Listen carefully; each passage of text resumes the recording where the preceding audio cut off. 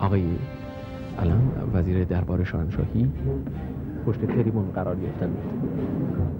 مقدم مبارک اون شهبانوی فرهنگ پرور به مراسم ششمین فستیوال جهانی فیلم‌های کودکان و نوجوانان گرامی باد. مسلماً عواقب این اشغال برای ما خیلی خیلی گران بود.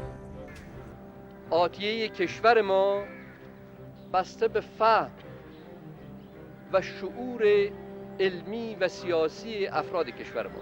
آقایان و خانم‌ها در اجرای این امر واقعاً ملی باید با صمیم قلب بکوشید.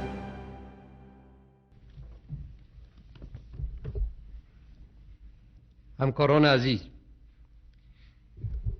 در آستانه نیمه اول 26مین قرن شاهنشاهی ایران هستیم و امروز اعلام می‌داریم که نیم قرن شاهنشاهی پهلوی از متحول‌ترین و پویاترین دوران‌های تاریخ 26 قرن شاهنشاهی ایران بوده است. شاهنشاهی پهلوی دوران بازیافتن هویت ایرانی با همه ویژگی‌هایی است که ایرانی را برای بازیافتن عظمت‌ها یاری می‌دهد. برافراشتن مجسمه فردوسی و برپاداشتن آرامگاهش در طوس و زنده کردن نامش در میدان‌های شهرهای ایران به دست رضاشاه کبیر اعلام آغاز عصری بود که بیگانه در آن بیگانه بود و عنصر ایرانی بر سرنوشتش حاکم می‌شد. ادبیات و هنر و فرهنگ عصر پهلوی از تحولی در روحیه ایرانی حکایت می‌کند که او را برای بازیافتن به آینده هرچه بهتر مجهز می‌سازد، یعنی آغاز عصر خواستنها و توانستنها و افزون طلبیها و رشد روحیه ملی. در آغاز شاهنشاهی پهلوی به دلیل پشت سر داشتن دوران فترت و انحطاط، روحیه ملت ایران این بود که دیگر نمیتواند کاری از پیش ببرد، یعنی خود را ناتوان و از دست رفته میپنداشت. اما رضاشاه کبیر با یک حرکت مردانه به ایرانی فهماند که تا دنیا باقی است ایران و ایرانی پایدار و سربلند باقی میماند. زنده شدن روحیه ایرانی از مهمترین ویژگی‌های دوران شاهنشاهی پهلوی است.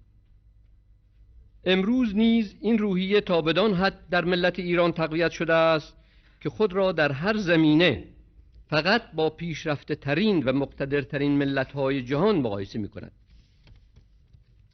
این روحیه است شایسته فرهنگ ایرانی که هرگز خواست قدرتمندان جهانخوار نبوده است و برای تضعیف آن به کوشش پیگیر برخاستند که آثار این کوشش را در انواع وسایل و تبلیغات و شایعه انگیزی‌ها می‌بینیم.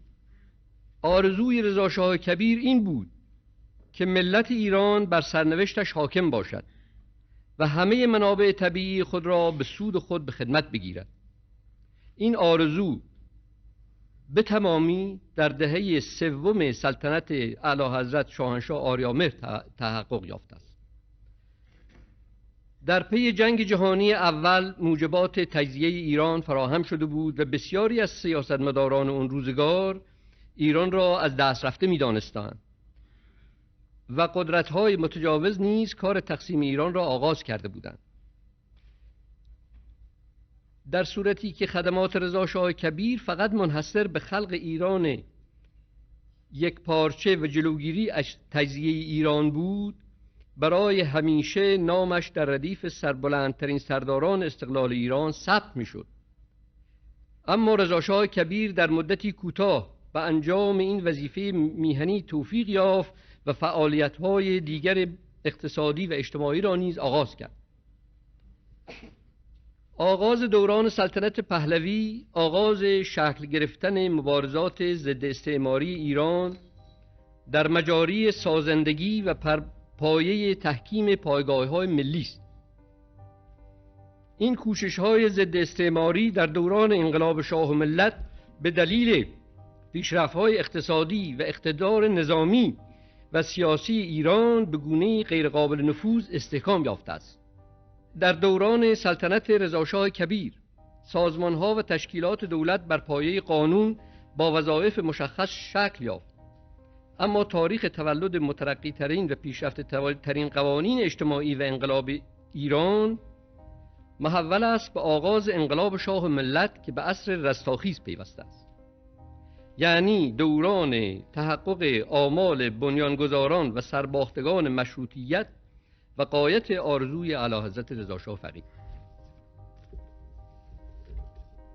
در دوران رضا شاه کبیر اقتصاد ملی مقامی والا یافت و در دوران اعلیحضرت همایون محمد رضا شاه پهلوی قدرت اقتصادی ایران از مرزهای ایران تجاوز کرد و ایران در مقام یک کشور صنعتی بهره‌مند از صنایع کشاورزی، صنایع سنگین، صنایع نظامی به ثبات و اقتدار روزافزون میرسد.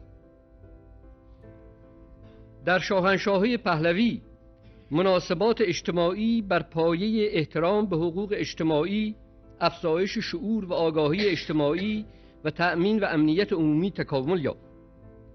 ایجاد نظام دادگستری، اعطای حقوق اجتماعی به زنان، رایج شدن قوانین مترقی اجتماعی نقاط عطف درخشانی در این فراگرد تاریخی در دوران رضاشاه کبیر است. انقلاب شاه ملت آغاز سازمان یافتن کوشش‌های 36 ساله شاهنشاهی پهلوی از 1305 تا 1341 بود که به استقرار مناسبات دموکراتیک اقتصادی و اجتماعی انجامید. ایران که با کمال تأسف به دلیل ضعف حکومت‌ها به صورت یک دولت ضعیف محلی از نظر قدرتمندان جهان درآمده بود، در عصر پهلوی به قدرت منطقه‌ای مبدل شد و امروز یک قدرت جهانی است. هویت جهانی ایران به دلیل قدرت اقتصادی و نظامی و سیاسی ایران روز به روز نمایانتر می شود و برای ایران امروز حریم امنیت تا درون اقیانوس‌ها افزایش یافته و برای پاسداری چنین حریمی مجهز می شود. و این همان ایرانی است که پس از جنگ جهانی اول بر هستیش نقطه پایان گذاشته بودند.